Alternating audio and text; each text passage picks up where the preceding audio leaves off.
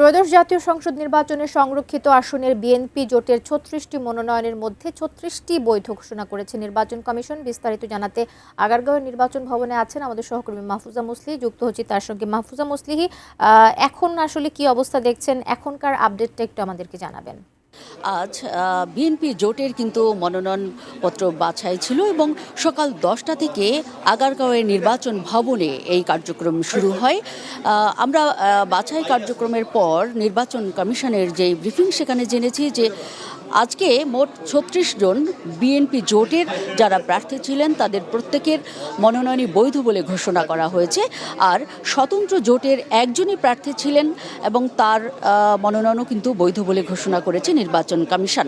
আমরা গতকাল যেটি দেখেছিলাম, মনোনয়ন বাছাইয়ের প্রথম দিনে 11 দলীয় নির্বাচনী ঐক্য জোট অর্থাৎ জামাত ইসলামের সঙ্গে যে জোটটি ছিল তারাও কিন্তু গতকাল মনোনয়নপত্র যাচাইয়ের যে ব্যাপারটি সেখানে কিন্তু হাজির হয়েছিলেন এবং সেখানে মোট 13 জন প্রার্থীর মধ্যে 12 জনকে নির্বাচন কমিশন বৈধ বলে ঘোষণা করেছিল এবং একজন অর্থাৎ এনসিপির যিনি নেত্রী মনিরা শারমিন, তার মনোনয়ন কিন্তু অবৈধ, অর্থাৎ তারা কিন্তু আসলে অবৈধতার যে জায়গাটি দেখিয়েছেন নির্বাচন কমিশন সেটি ছিল যে তারা আসলে এই নেত্রীর ব্যাপারে বলেছেন যে সরকারি চাকুরি থেকে অব্যাহতি দিতে হয় নির্বাচনে অংশগ্রহণের 3 বছর আগে, সেটি একেবারেই উপস্থিত ছিল না এরকম কোনো নথিপত্র, বরং তিনি 25 সালে অব্যাহতি দিয়েছেন এরকম একটি কাগজ উত্থাপন করা হয়েছে এবং তিনি সরকারি স্কেলে বেতন নিচ্ছেন এমনটাও কিন্তু দেখানো হয়েছিল। ফলে আসলে আরপি অর্থাৎ গণপ্রতিনিধিত্ব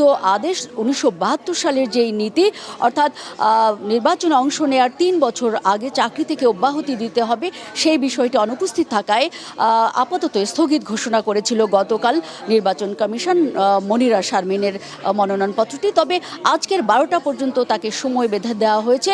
আত্মপক্ষ সমর্থন সহ যদি প্রয়োজনীয় ডকুমেন্টস তিনি উত্থাপন করতে পারেন তাহলেই কেবল তার মনোনয়নপত্রটি বৈধ বলে ঘোষণা করা হবে বলে নির্বাচন কমিশন আমাদেরকে জানিয়েছিল।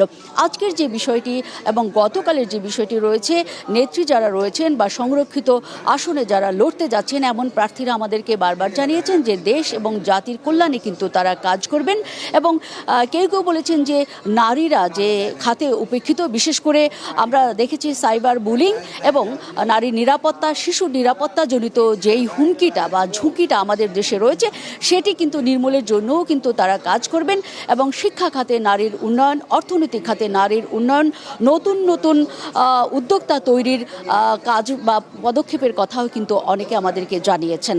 জি, এই ছিল কবিতা নির্বাচন ভবন থেকে সবশেষ পরিস্থিতির খবর।